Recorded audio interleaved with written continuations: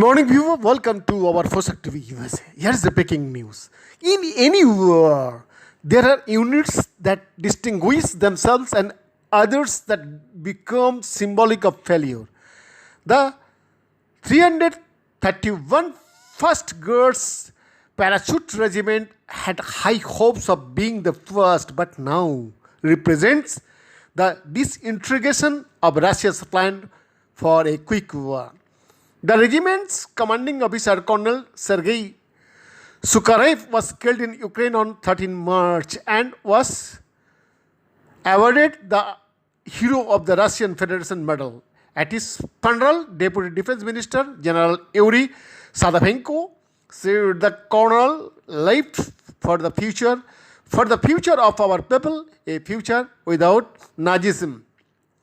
Casualties among Russian forces are not widely reported in Russia itself, but using open source material, the journalist pieced together the story of their advance and found that at least 39 other members of the elite 331 1st Regiment have died.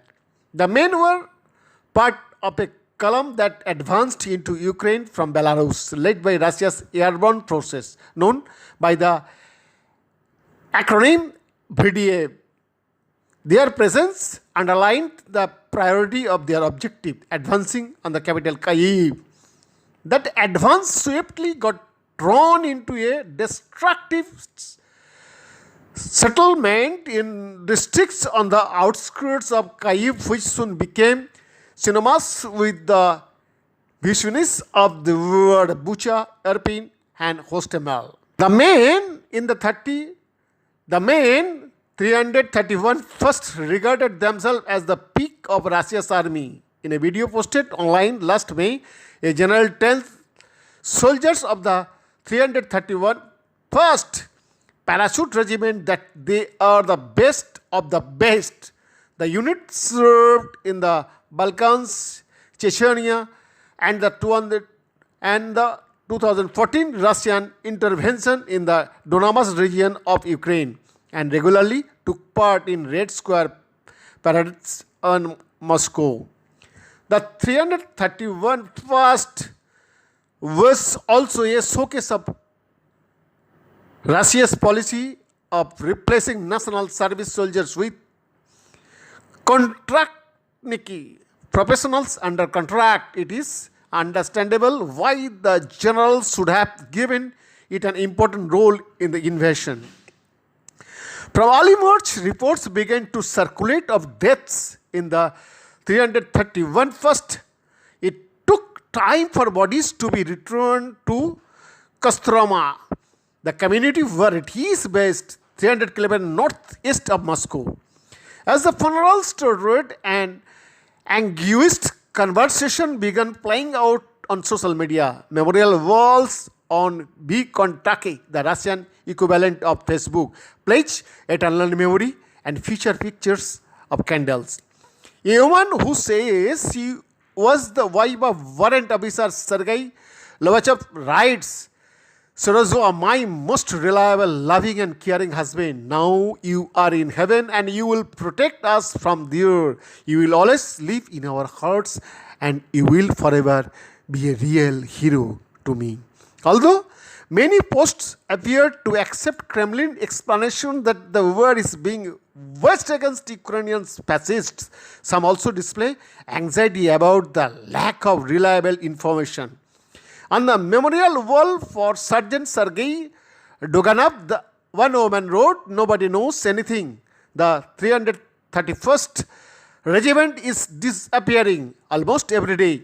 Photos of our Kostroma boys get published. It sends shivers down my spine. What's happening?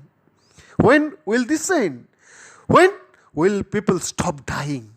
Her post was followed by another which exclaimed, "Kostroma has lost so many young men. What a tragedy." Another pleaded, "God, how many more death notifications shall we receive? Please have mercy on our boys. Help them survive. Return them back home to their wives and mothers. I am begging you." Speaking out about the war in Russia carries great risks, but there are hints of a loss of faith in the Kremlin's arguments for war. On the memorial page for one sergeant, a woman asks, why are not children of MPs not on the front line? The majority of them live in Europe anyway.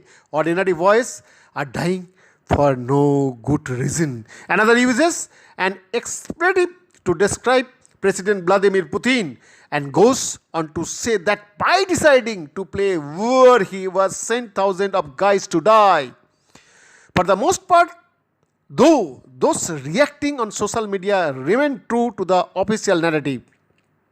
On some Kontakia memorial walls, Ukrainians have posted comments mocking the dead man. Over 15,000 have died already and they will continue on dying as long as they will keep on marching on our land. Nobody invited you, freaking saviors, reads one.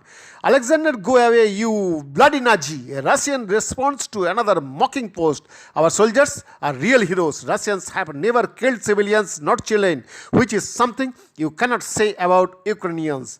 The fury of those online exchanges is nothing, though, to the experiences of the VDB forces who have been hit by Ukrainian military artillery, ambushes, and infantry assaults during weeks of bloody combat. In these close quarter battles, they have discovered what earlier VDV units learned in Afghanistan, that armored vehicles designed to be light enough to be carried on planes do not give much protection from enemy fire. From the roads outside Hostomel airfield to a side street in Bucha or a road junction in Irpin, videos taken by Ukrainians have shown burned out and abandoned vehicles belonging to the airborne groups. These scraps of phone footage also speak to a more basic failure in these shattered neighborhoods around Kyiv. The Russian paratroopers were outmatched by the Ukrainians, and given that the defenders were in many cases simply local defense units or reservists, that speaks to a basic failure in the VDB system of training and recruitment. Ukrainians have lashed on the 331st losses, making excited claims that the regiment has been wiped out. Ilya Ponomarev, a former Russian MP and opposition figure who now lives in Kyiv, says people there see the regiment's fate as a perfect example of karma.